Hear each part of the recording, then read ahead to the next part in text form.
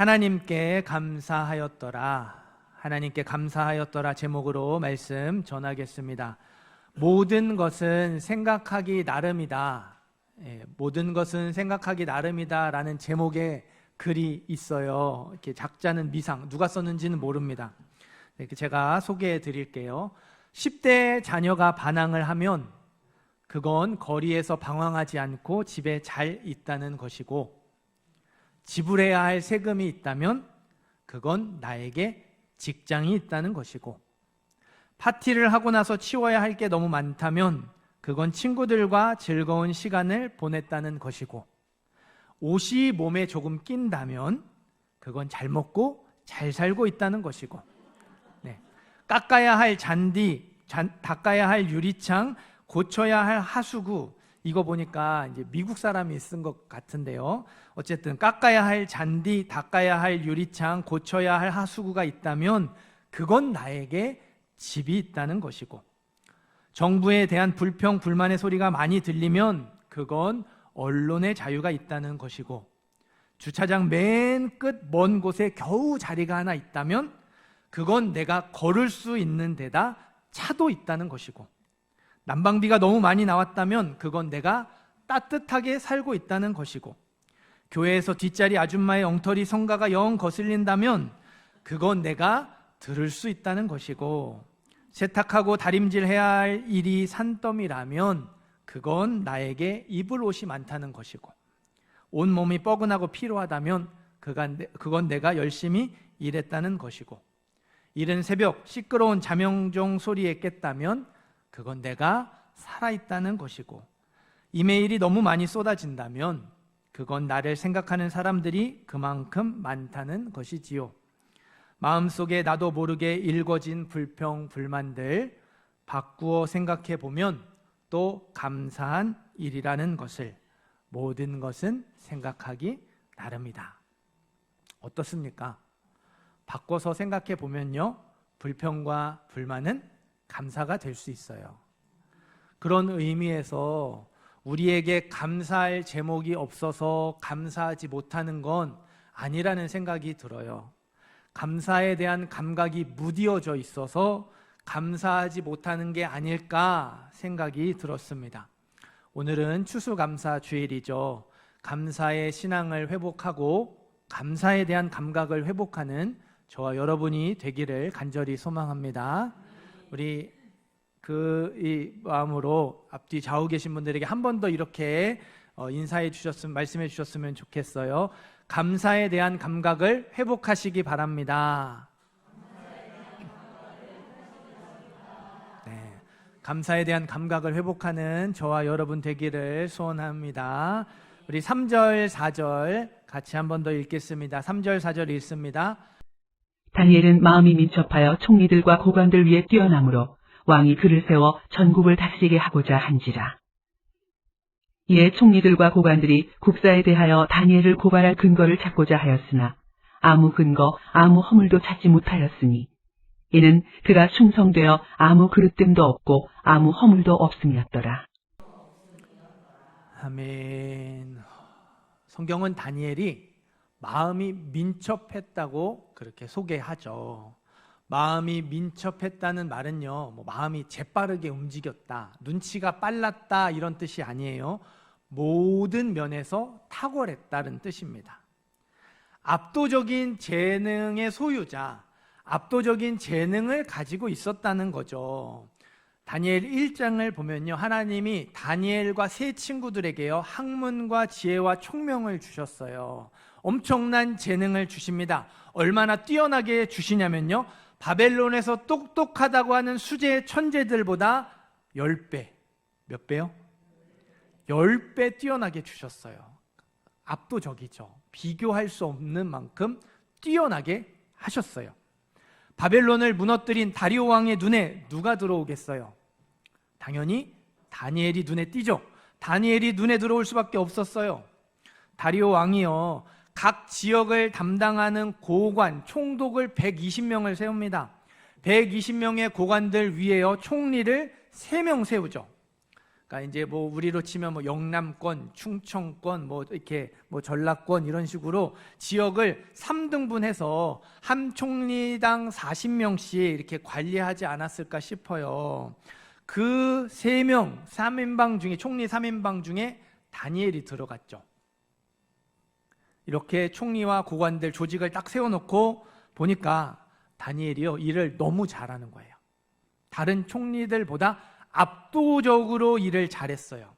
일만 잘한 게 아니었어요. 왜 우리도 일 잘하는 사람들 보면 막 불도저처럼 밀어붙이고 막 사람들 이렇게 윽박 지르고 막 이렇게 해가지고 이렇게 일하잖아요.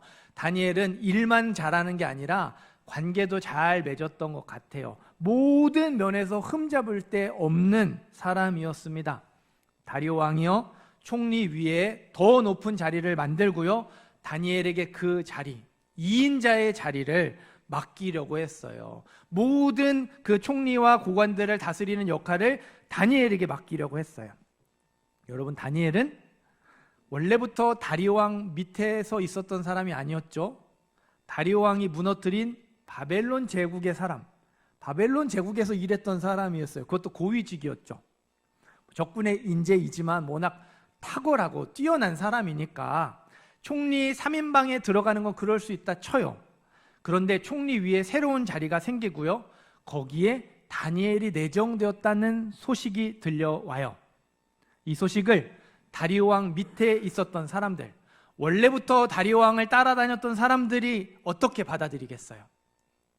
불러온 돌이 박힌 돌 빼내는 꼴이죠. 2인자의 자리, 그 왕의 오른팔의 자리, 왕의 신임을 얻는 자리를 외부인에게 뺏기게 생겼어요. 지금까지 쎄빠지게 고생하면서 따라다니고 이렇게 나라를 키웠는데 그 공이 우리에게 오는 게 아니라, 우리 중 누군가에게 오는 게 아니라 저 외부인 다니엘에게 돌아가게 생겼다는 거죠.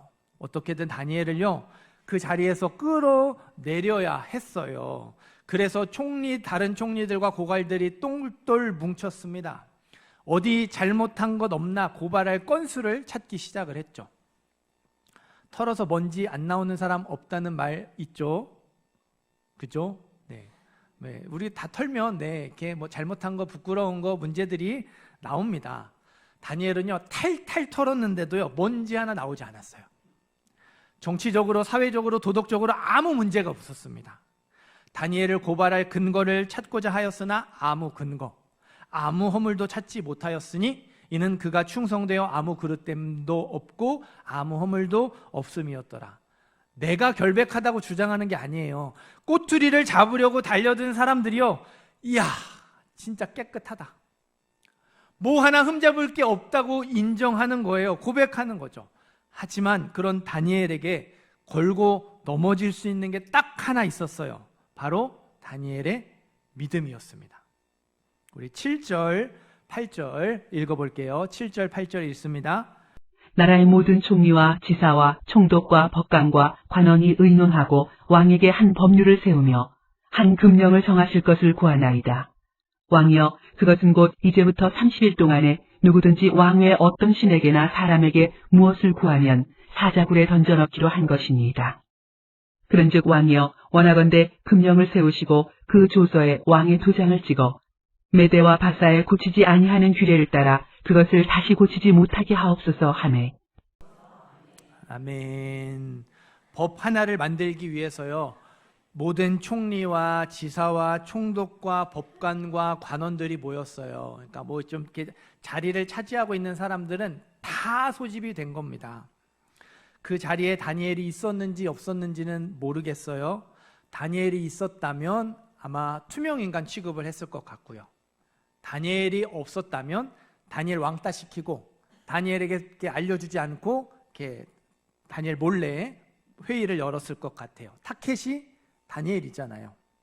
앞으로 30일 동안 다리오 왕 외에 어떤 신에게나 어떤 사람에게도 절해서 안 되고 기도해서 안 된다. 이 법을 어기는 사람은 누구든지 사자굴에 던져야 한다. 다니엘을 무너뜨리기 위해서요, 30일짜리 특별법을 만들었어요. 혹시라도 빠져나갈 구멍이 없도록요, 왕의 도장을 찍었죠.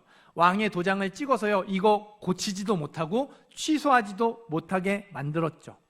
법을 어겨서 사자에게 찢겨 죽던지, 아니면 법을 지켜서 믿음을 꺾고 타협하든지, 어떤 선택이든 다니엘을 무너뜨리려고 했습니다.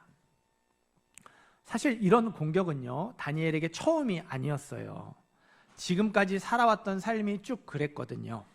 다니엘이 1장에서 6장까지를 쭉 읽어보면요, 다니엘은 높은 지위에 있으면서도요, 언제나 찬밥 신세였어요. 느부갓네살 왕이 꾼 꿈이 무엇인지를 알아내서 그 꿈을 해석했어요. 그 결과 모든 지혜자의 어른, 바벨론에서 최고로 이렇게 그 지혜자에 올랐어요. 느부갓네살 왕이 또 꿈을 꿨습니다. 누구에게 물어봐야 되죠? 다니엘에게 물어봐야 되잖아요. 모든 지혜자의 어른, 제일 똑똑한 사람, 제일 지혜로운 사람, 그 높은 자리에 다니엘 떡하니 앉혀놓고 다니엘에게 물어봐야 되는데요, 박수와 술객과 갈대아 술사와 점쟁이를 먼저 불러요. 다니엘은 마지막에, 이렇게 해봐도 안 되고 저렇게 해봐도 안 되고 다 안 되니까 마지막에 다니엘을 부릅니다. 느부갓네살의 아들 벨사상 왕은요, 왕으로 있는 동안 다니엘을 한 번도 안 불러요. 한 번도 찾지 않습니다. 죽기 직전에 그 벽에 글씨 쓴 거 아무도 해석하지 못하니까 그제서야 마지못해서 다니엘 불러옵니다. 지혜자의 어른이라고 하는 그 다니엘을 불러다가 물어봐요. 여러분, 다니엘이 왕에게 신임을 받지 못해서 항상 마지막에 불려왔을까요? 신임을 받지 못했다면 그 자리를 지키지 못했겠죠. 그 자리를 계속 지켰어요. 그런데도 1순위로 찾지 못했다는 건 왕 주위에 있는 다른 지혜자들이 견제하고 시기하고 질투했다는 것을 뜻하는 거죠. 수많은 정치 공작들이 있었다라는 거예요. 그러니까 이게 새삼스러운 일이 아니에요. 처음이 아니고 항상 다니엘의 일생 가운데 반복되는 일이었다는 거죠. 10절 읽겠습니다. 10절 읽습니다. 다니엘이 이 조서에 왕의 도장이 찍힌 것을 알고도 자기 집에 돌아가서는 윗방에 올라가 예루살렘으로 향한 창문을 열고 전에 하던 대로 하루 3번씩 무릎을 꿇고 기도하며 그의 하나님께 감사하였더라. 아멘. 다니엘이요, 이 30일짜리 법이 자기를 공격하는 거, 자기를 무너뜨리기 위한 거라는 걸 알았어요. 이번에는요, 찬밥 신세 정도가 아니고요, 1순위로 찾지 못하게 막는 정도가 아니고요, 법을 어기면 죽게 되는 거예요. 그걸 알았습니다. 다른 총리들과 고관들이요, 다니엘의 집을 감시하고 있다는 것도 알고 있었어요. 다 알면서도 하나님께 무릎 꿇고 기도했죠. 보이지 않는 곳에 꼭꼭 숨어서 기도하지 않았어요. 예루살렘을 향한 창문을 열고 보란 듯이 기도했습니다. 읽었던 10절 말씀을 잘 보세요. 전에 하던 대로 하루 3번씩 무릎을 꿇고 기도하였더라, 이렇게 끝나지 않죠. 전에 하던 대로 하루 3번씩 무릎을 꿇고 기도하며 그의 하나님께 뭐 했대요? 감사하였더라. 하루 3번씩 무릎을 꿇고 기도했는데 감사하며 기도했대요. 지금 기도하면 죽는 게 확실한 상황에서 다니엘이 감사의 기도를 드렸다고 강조하는 거죠. 다니엘이 무엇을 감사하면서 기도했을까요? 오늘 설교 제목이잖아요. 하나님께 감사하였더라. 뭘 감사했을까요? 아무리 찾아봐도요, 오늘 말씀에서 다니엘이 감사할 수 있는 내용을 찾을 수가 없더라고요. 총리 3인방 안에 들고 또 그 윗자리에 이렇게 올라가게 된 거, 내정된 거, 그게 감사할 제목이었을까? 근데 그렇게 그 결과 어떻게 됐어요? 자기가 지금 죽게 됐잖아요. 이건 감사할 제목이 되지 못했다고 생각이 들었어요. 성경에는 다니엘이 무엇을 감사했는지 나오지 않아요. 그죠? 감사 기도를 했다고만 이렇게 말하고 있죠. 그렇게 다니엘이 뭘 감사했을까? 감사 기도를 드렸다고 하는데 도대체 뭐가 감사했을까? 감사한 게 뭐가 있을까를 찾아보며 묵상하는데요, 전에 하던 대로 이 글자가 눈에 들어왔어요. 전에 하던 대로. 다니엘의 감사 기도는 항상 하던 것이었죠. 전에 하던 대로 하던 것. 이번에 갑자기 하게 된 게 아니고요. 평소에 하고 있던 걸 지금도 하는 거예요. 이제 곧 죽게 되니까 마지막으로 하나님 감사합니다 기도한 게 아니에요. 예전부터 하나님 감사합니다 기도하는 게 다니엘의 습관이었다는 거죠. 다니엘은 평범한 일상에서 그렇게 끊임없이 시기받고 질투받고 견제받는 정치 공작의 한 가운데에서도 감사하는 습관이 있었어요. 그 감사하는 습관이 이런 상황에서도 뭔지는 모르겠지만 감사할 이유를 찾아서 하나님 감사합니다 감사 기도를 하게 만들었죠. 하나님 감사합니다. 하나님 감사합니다. 이 감사의 고백, 감사 기도는요, 누구나 할 수 있는 쉬운 기도예요. 그죠? 예, 대표 기도 할 때도 보면은 이 감사의 기도가 빠지지 않아요. 감사를 빼놓고 기도하시는 분 한 번도 보지 못했어요. 그런데요, 생각보다 많은 사람에게요, 감사 기도의 습관이 없다는 걸 알게 됐어요. 제가 아이들 학교 이렇게 월요일부터 금요일까지 학교 가기 전에 일어나는 대로 이렇게 깨워서 앉혀가지고 성경을 한 장씩 읽습니다. 한 명씩 이렇게 와서 저랑 성경 한 장을 읽고, 그리고 성경 다 읽으면 이렇게 하루는 제가 기도해주고, 그 다음 날은 이제 우리 아이가 기도하고, 이렇게 번갈아가며 기도하고 이제 준비해서 학교를 가요. 그래서 그렇게 가는데 우리 막내가 이렇게 기도할 때마다 항상 이렇게 기도하더라고요. 하나님, 성경 읽게 해주셔서 감사해요. 정말 감사해서 감사하다고 이야기하는 걸까요? 그건 잘 모르겠어요. 근데 하나님 성경 읽게 해주셔서 감사해요. 이렇게 기도하는데 그게 새롭게 들리더라고요.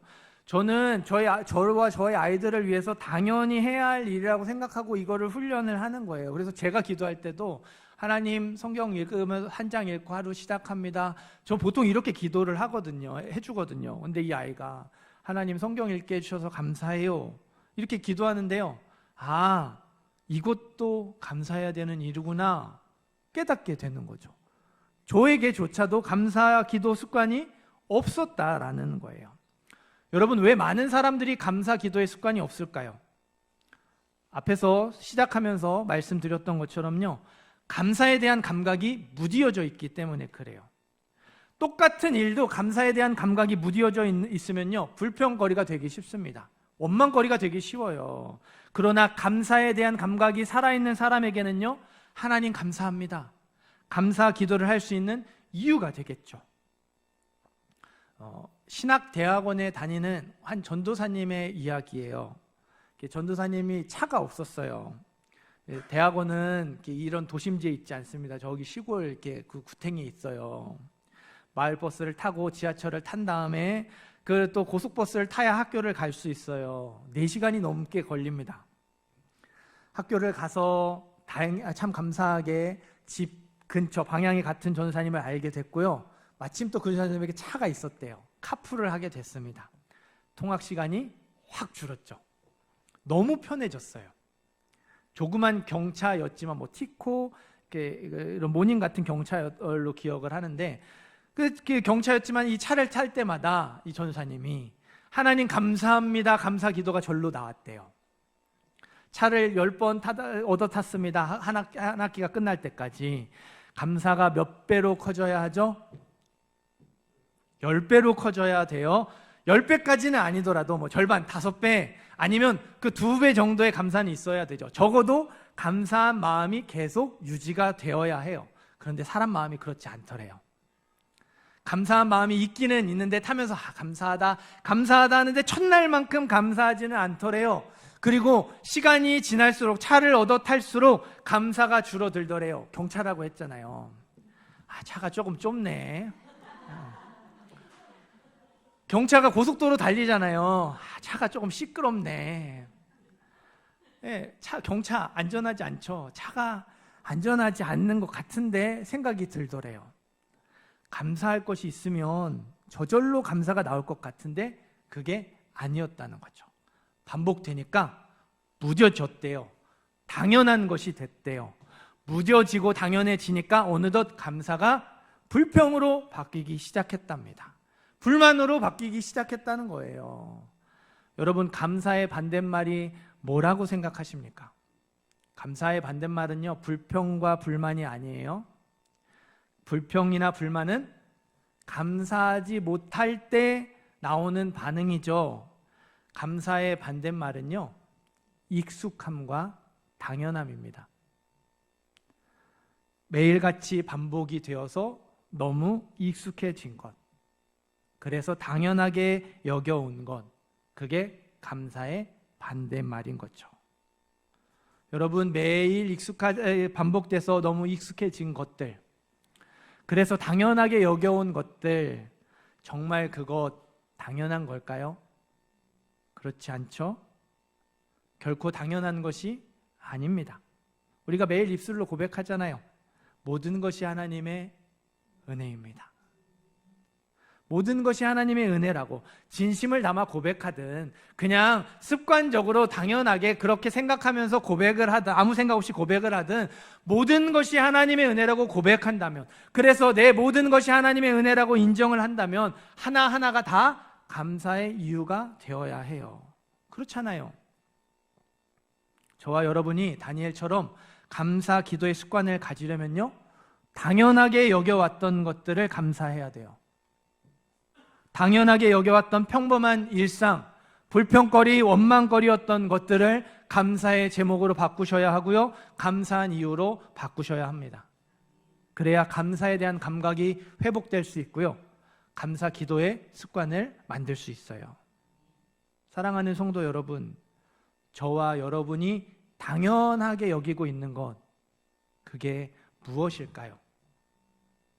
처음에는 감사한 것으로 시작을 했고 분명 감사한 것이었는데 어느새 불평과 불만으로 변해버린 것, 그런 것들은 또 어떤 것들이 있습니까?